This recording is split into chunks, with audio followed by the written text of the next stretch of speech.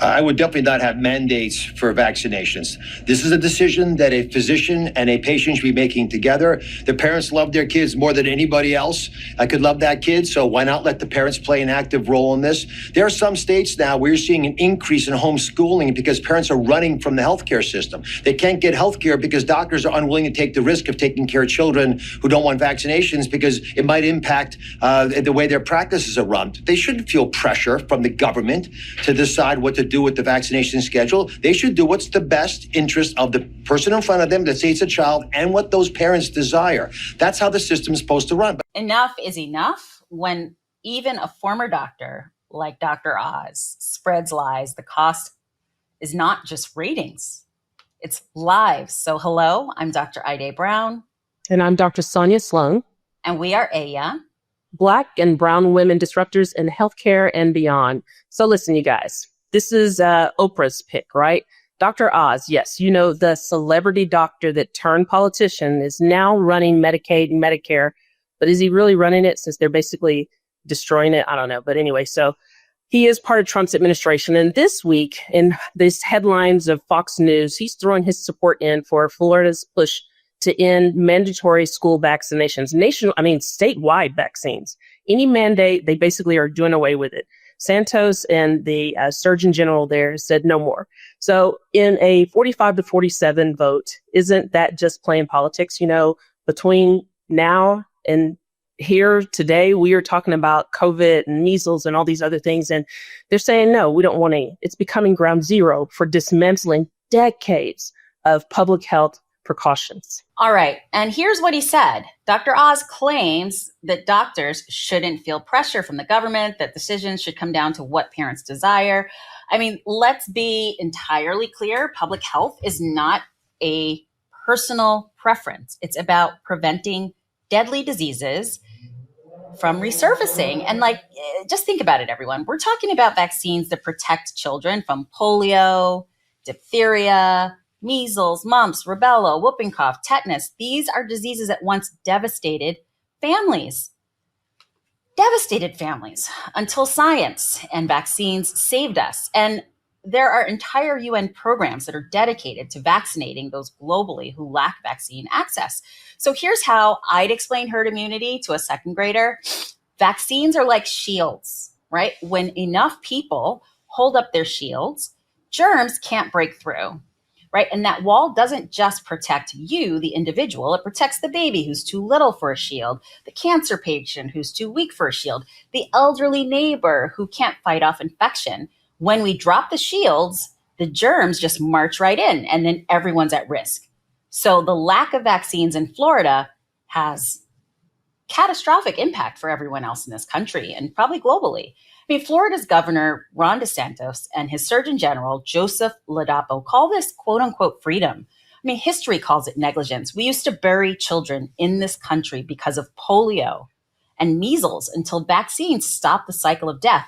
The fact that we're even talking about measles when it was eradicated 20 plus years ago is just further example of how far we've fallen. So let's not pretend that this is about liberty. This is science versus politics.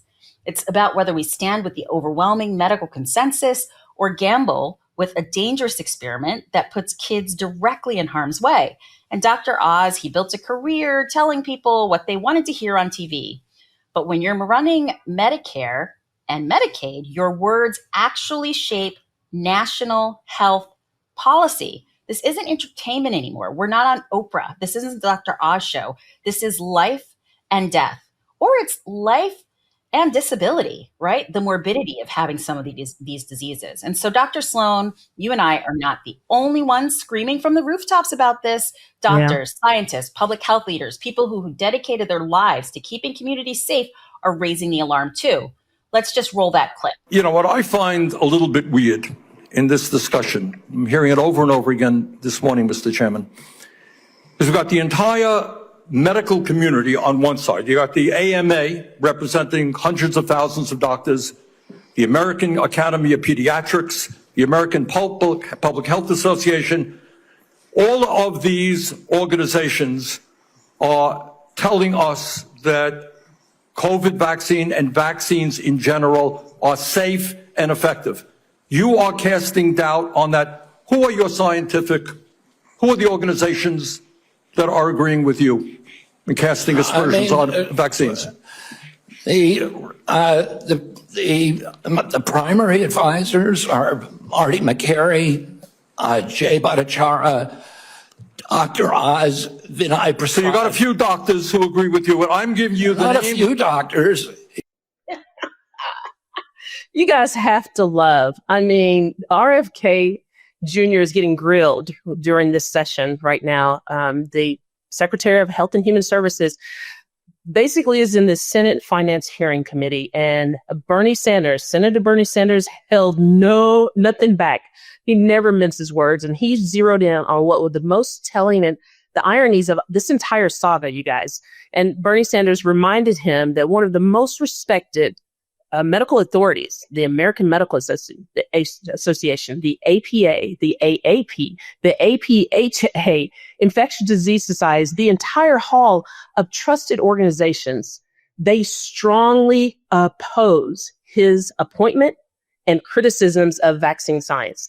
And not years ago, now during this tenure of health chief, Sanders is putting the question out to him about his leadership. You know, like, who are the people that are your respected authorities to make this statement, to make this claim? And he's demanding RFK Jr. to resign. And that's what we all want right now, calling for policies being very dangerous and destructive to public health. And so that moment lays it very bare, very plain and simple. Here it is, and public officials are now facing unified rejection of RFK Jr., but not just by fringe voices, but these are all mainstream credentialed medicine medical professionals like Dr. Brown and myself. We are in the front of cameras. We're speaking out. We're in front of the record of saying enough is enough. And the sound of science drawing a bright line in the sand of like, cross it, come this way because you guys are wrong and we've been right. The research is there. The science is there. And what you're doing is the fear mongering, destroying what years have taken to create. So it's the scientific method. That's what we call it. You start with a hypothesis, you design a study, you test it, you repeat the test, and then other scientists review your work. They challenge it. And if they can replicate it, they run trials on tens of thousands of people with independent safety boards checking every step of the way. Not just because you don't feel about, this is right, or you saw someone walking through the airport and they look like they have mitochondrial issues. What? So by the time a vaccine of any type of therapy, messenger RNA or not, makes it to the market, it's gone through layer upon layer of scrutiny. And when you see unanimous recommendations from the American Medical Association, the American Academy of Pediatrics, the Infectious Disease Society, the APHA, the consensus isn't just casual, you guys. We're intentional, we're strategic, and the consensus means the evidence is overwhelming. And that is the exact opposite of what Dr. Oz and RFK Jr., who does not have a medical degree, is trying to sell the American public. They are hugely wrong.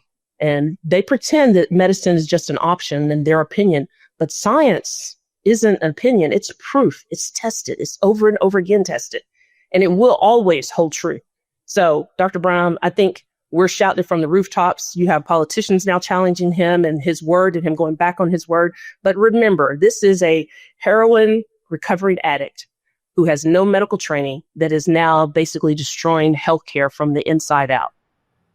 And, something important to highlight is that the people that have come out strongly against this, right, like the thousands of CDC workers, all of our professional organizations, this is because the absence of vaccines and universal vaccines across the country is catastrophic, science isn't just a talk show. It's not just, Dr. Oz trying to sell cod liver oil, right? This is science that's from the CDC, that's from decades upon decades upon decades of work that's been tested, retested, tested, retested. That's better than hearing from Dr. Oz or whoever else RFK Jr. chooses to hear from. So the evidence that's been tested shows that lives depend on these vaccines.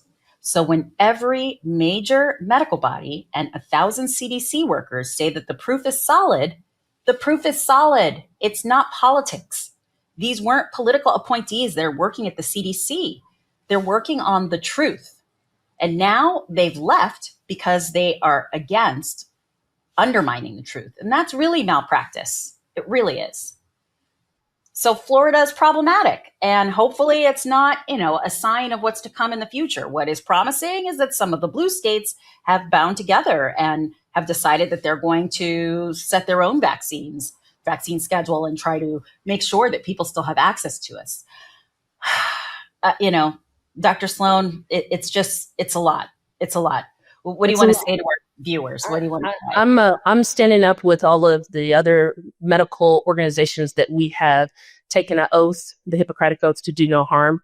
No one would intentionally, want someone to force them to take anything. We're not saying that, but a mandate is a strong recommendation for a community, for us to have public health that is safe for all of us to live in some type of harmony in this hellhole that we're calling United States right now.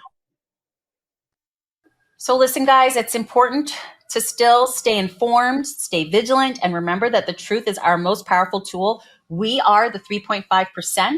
Thank you so much for watching. We are AYA, contributors to the MeidasTouch Network, and proud members of the Meidas Mighty. Please like, subscribe, share, and follow for more updates. We got this, guys. Thank you. Have a great week. Want to stay plugged in? Become a subscriber to our Substack at MeidasPlus.com. You'll get daily recaps from Ron Filipkowski, ad-free episodes of our podcast, and more exclusive content only available at MeidasPlus.com.